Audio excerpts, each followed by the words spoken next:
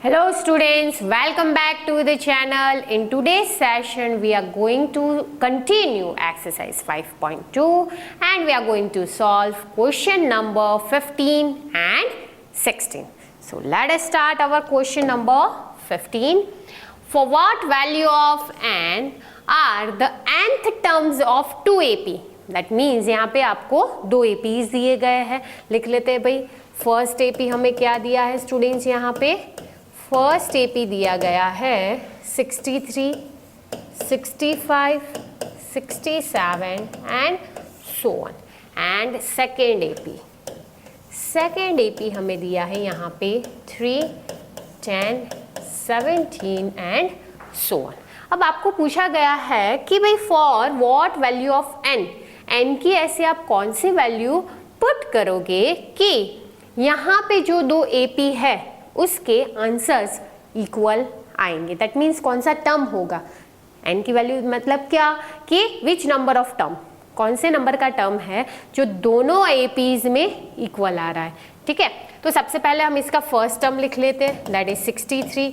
Common difference होगा 65 minus 63, that will B 2. और इसका nth टर्म क्या आएगा? a plus n minus 1d. That means nth term आएगा स्टूडेंट्स a की value 63 n minus 1 into 2. Clear? चलो सिमिलरली इसकी फर्स्ट टर्म आएगी 3. Common difference 10 minus 3 and that is equals to 7. इसकी nth टर्म कर लेते हैं a plus n minus 1d. तो a की वैल्यू है 3, an is equals to 3 plus n minus 1. D कितना दिया है आपको? 7. तो चलो यहाँ पे देखो हमें दोनों की nth टर्म मिल गई. But according to the question हमें कंडीशन दी है कि भाई दोनों की जो nth टर्म है वो क्या है?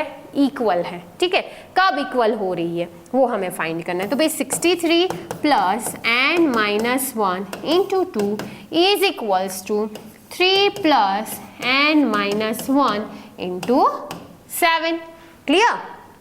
चलो अब देखो यहाँ पे 3 है, इसको इस साइड ले लेते तो ये हो जाएगा 63 माइनस 3 प्लस ब्रैकेट ओपन कर लेते 2n 2 1 जा 2 इज इक्वल्स टू ये हो जाएगा 7n माइनस 7. क्लियर? देखो 63 minus 3 60 and 60 minus 2 that is 58 plus 2n is equals to 7 minus 7. Clear? चलो यहाँ पे करते हैं. अब देखो -7 है, इस साइड लेंगे तो प्लस हो जाएगा तो ये होगा 53 plus 7 is equals to 7n है.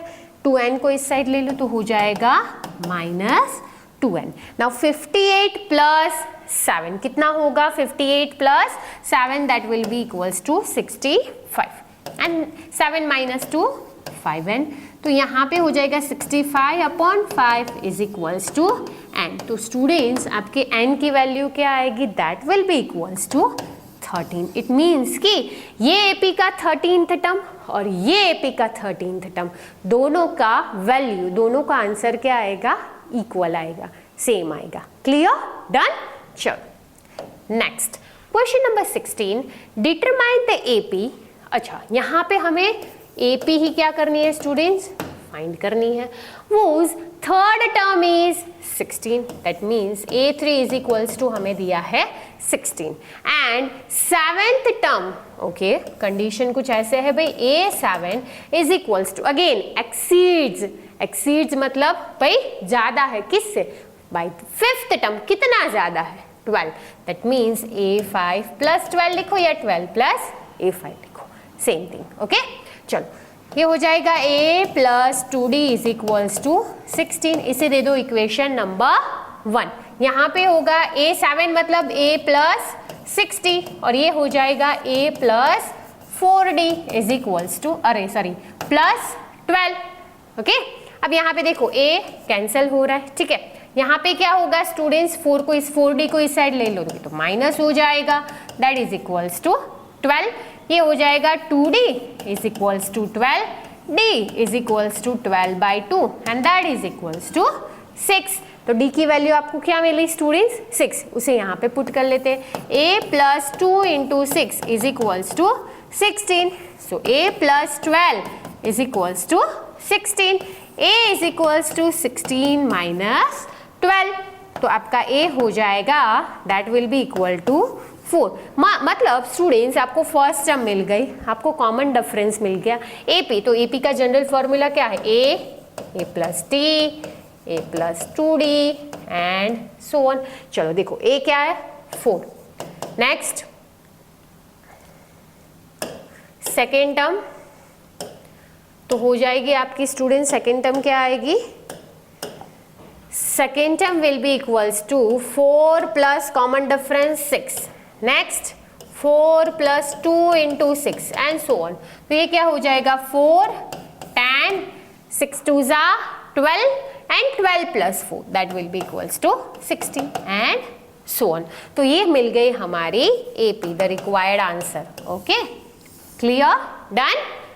चलो नेक्स्ट यहाँ पे हमारे ये जो 2 क्वेश्चंस है, सेशन है हमारा, वो कंप्लीट होता है. In the next session we will carry on this exercise with the next 2 questions. Till then take care. जय हिंद, जय भारत.